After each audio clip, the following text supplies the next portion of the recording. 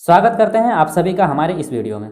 अतीक वो नाम था जिसका नाम एक समय प्रयागराज ही नहीं बल्कि पूरे उत्तर प्रदेश में गूंजता था। लेकिन अब समय बदल चुका और अतीक का रुतबा धीरे धीरे घटता चला गया। अतीक अहमद 2017 के बाद से ही जेल में बंद था और 15 अप्रैल 2023 को पुलिस कस्टडी में होने के बावजूद अतीक और उसके भाई अशरफ को गोली मारकर हत्या कर दी गई और अतीक का चैप्टर खत्म हो गया। लेकिन एक तांगा चलाने वाले का लड़का 10वीं फेल अतीक अहमद इतना बड़ा आदमी कैसे बन गया? बड़ा आदमी इसलिए कह रहे हैं क्योंकि अतीक अहमद 5 बार विधायक और 1 बार सांसद रह चुके थे। हालांकि इस बात में कोई शक नहीं है कि अतीक अहमद एक कुख्यात अपराधी था। हत्या, अपहरण, कब्जा समेत 100 से ज़्यादा मामले इस पर दर्ज थे। आइए जानते हैं अतीक अहमद की क्या कहानी है।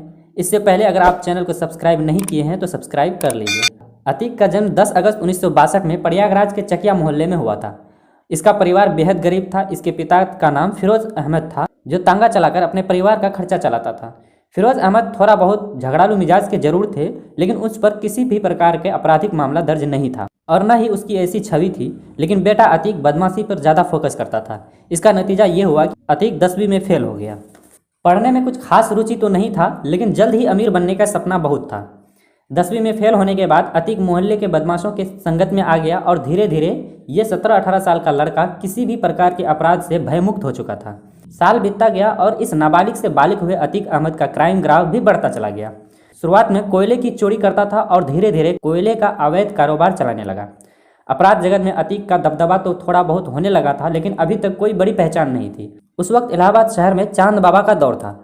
असली नाम शौक इलाही उर्फ चांद बाबा को 80 के दशक का सबसे कुख्यात अपराधियों का सरगना माना जाता था। नेता, पुलिस, कारोबारी सभी चांद बाबा के नाम से ही खौफ खाते थे। आलम यह था कि पुलिस रानी मंडी की तरफ जाती भी नहीं थी।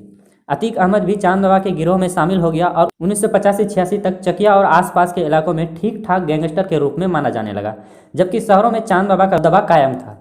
अतीक चांद बाबा के लिए बाउंसर का भी काम किया और अपराध की मूल बातें भी सीखी, लेकिन ज़्यादा दिनों तक दोनों साथ नहीं रहे। आपसी मतभेद होने की वजह से अतीक ने चांद बाबा से दूरी बना ली और अपना एक अलग गिरोह बना लिया जो चकिया और आसपास के इलाके में सक्रिय था।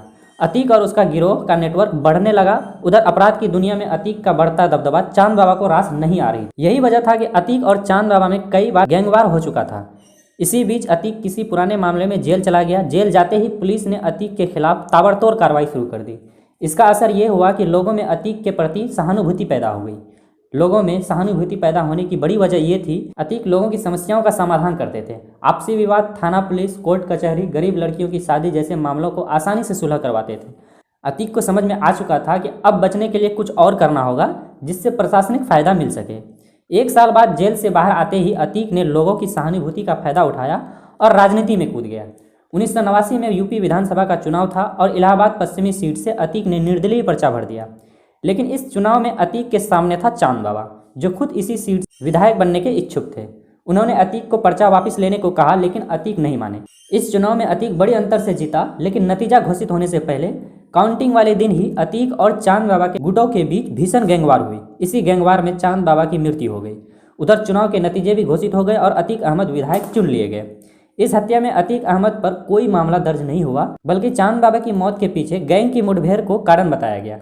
इसके बाद अतीक का दौर शुरू हुआ। धीरे धीरे अतीक का माफियागिरी प्रयागराज समेत पूर्वी उत्तर प्रदेश में फैलती चली गई और राजनीति में भी अच्छी खासी पकड़ बना ली। 1989 का चुनाव जीतने के बाद अतीक अहमद इलाहाबाद पश्चिमी सीट से ही 2 बार 1991 और 1993 का चुनाव निर्दलीय रहकर ही जीता। फिर 1996 में इसी सीट से समाजवादी पार्टी के टिकट पर चौथी बार विधायक बना और फिर 2002 में अपना दल से 5वीं बार विधानसभा गए। अब राजनीति में कद काफ़ी बढ़ चुका था, इसलिए साल 2004 में फूलपुर सीट से लोकसभा चुनाव लड़ा और जीत दर्ज किया।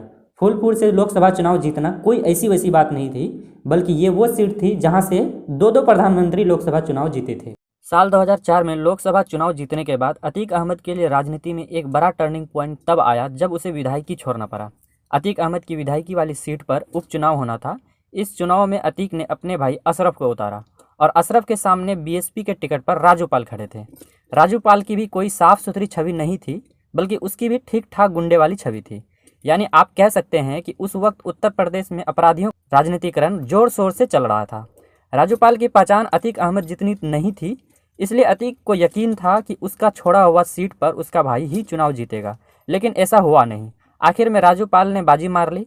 चुनाव जीतने के बाद राजू पाल ने शादी कर ली और फिर इनकी शादी की 10 दिन ही हुए थे कि 25 जनवरी 2005 को राजू पाल की दिन दहाड़े गोली मारकर हत्या कर दी गई और इस घटना में 2 और लोगों की जान चली गई। इस हत्याकांड के आरोप में सीधे सीधे अतीक और उसके भाई अशरफ का नाम सामने आया। अब तो अतीक का खौफ और भी बढ़ गया। राजू पाल की हत्या के बाद उस सीट पर फिर चुनाव हुआ और बाद में अशरफ ही चुनाव जीते। अब अतीक को रोकने वाला कोई नहीं था। खौफ भी इतना बढ़ चुका था कि पुलिस तो छोड़िए, जज भी फैसला सुनाने से डर जाते थे। ऐसा ही एक मामला सामने तब आया जब अतीक 2012 में जेल में बंद था और चुनाव लड़ने के लिए हाई कोर्ट में जमानत के लिए अर्जी दी, लेकिन इसकी सुनवाई के लिए 1 नहीं 2 नहीं बल्कि 10 जजों ने सुनवाई से ही खुद को अलग कर लिया। हालांकि 11वें जज ने सुनवाई की, लेकिन फैसला अतीक के पक्ष में ही दिया, यानी अतीक को जमानत मिल गई। अब वह चुनाव लड़ सकता था, लेकिन ये चुनाव भी अतीक अहमद नहीं जीत पाए और हराने वाला कोई और नहीं बल्कि राजू पाल की पत्नी पूजा पाल थी, जिसकी हत्या करवाने के जुर्म में अतीक जेल में था। ये चुनाव हारने के बाद अतीक आगे फिर कोई भी चुनाव नहीं जीत पाए। 2014 में भी लोकसभा चुनाव में हार का सामना करना पड़ा और इस तरह अतीक का दबदबा भी लगातार घटता चला गया और 2017 में योगी आदित्यनाथ की सरकार आने के बाद से ही अतीक अहमद जेल में बंद था। अतीक अहमद इसी साल 2023 में एक बार फिर चर्चा में तब आया जब उमेश पाल की गोली मारकर हत्या कर दिया गया। उमेश पाल पहले राजू पाल हत्याकांड में गवाह था, लेकिन कोर्ट में कई बार अपना स्टेटमेंट बदलने की वजह से कोर्ट ने उमेश पाल को गवाह मानने से इनकार कर दिया था। इसी राजू पाल हत्याकांड में अतीक को उम्र कैद की सज़ा सुनाई गई और यही सुनवाई होने के बाद उमेश पाल अपने घर जा रहे थे और घर पहुंचते ही जैसे ही उमेश पाल गाड़ी से बाहर आया कि गोली और बम से उसकी हत्या कर दी गई और उसका भी आरोप सीधा सीधा अतीक अहमद और उसके बेटे असद और उसकी पत्नी शाइस्ता समेत कई अन्य लोगों पर लगा। लेकिन यहाँ पर सबसे बड़ा सवाल ये है कि उमेश पाल का जब उस केस से कोई मतलब ही नहीं थी तो आखिर अतीक अहमद उसकी हत्या क्यों करवाया। इस हत्याकांड को अंजाम देने वाले सभी आरोपी फरार चल रहे थे और यूपी पुलिस की एक टीम लगातार इन्हें खोज रही थी। इस दौरान कई आरोपी इनकाउंटर में मारे गए, जिसमें से एक अतीक का बेटा असद भी शामिल था। असद के एनकाउंटर के 2 दिन बाद ही अतीक और उसके भाई अशरफ को मेडिकल चेकअप के लिए ले जाया जा रहा था। जैसे ही अतीक अहमद और अशरफ पुलिस वैन से उतरकर कुछ कदम चले कि मीडिया के भेष में 3 लड़कों ने इन्हें गोलियों से भून दिया।